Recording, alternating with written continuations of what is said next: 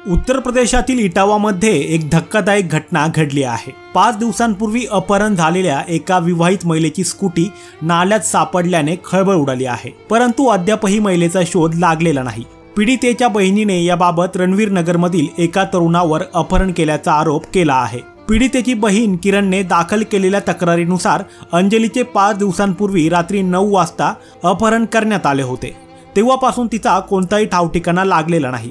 दरम्यान जवळच्या नाल्यातून अंजलीची स्कूटी जळालेल्या अवस्थेत सापडल्याने मोठी खळबळ उडाली आहे। पोलिसांनी स्कूटर ताब्यात घेतले आहे। ही घटना अपहरणाशी संबंधित असल्याचं दिसून येतंय, ज्यामुळे प्रकरण आणखी गंभीर बनलं आहे। कुटुंबातील सदस्यांचा आरोप आहे की आरोपी तरुणाने यापूर्वीही अंजलीला जातीवाचक भाषेत धमकावलं होतं आणि शिवीगाळही केली होती। एवढेच नाही तर आरोपीवर 15 ते 20 फौजदारी गुन्हे आधीच दाखल आहेत। या घटनेमुळे महिलांची सुरक्षा तसेच कायदा आणि सुव्यवस्थेवर अनेक प्रश्न उपस्थित झाले आहेत। जेव्हा या प्रकरणाबाबत पोलीस स्टेशन गाठलं तेव्हा तिथे त्यांच्या तक्रारीची गांभीर्याने दखल घेण्यात आली नसल्याचं पीडितेची बहीण किरण म्हणाली। तक्रार नोंदवली जात नसल्याबद्दल संतप्त झालेल्या कुटुंबियांनी सोशल मीडियावर एक व्हिडिओ शेअर केला आहे आणि पोलिसांच्या कामकाजावर प्रश्नचिन्ह उपस्थित केला आहे।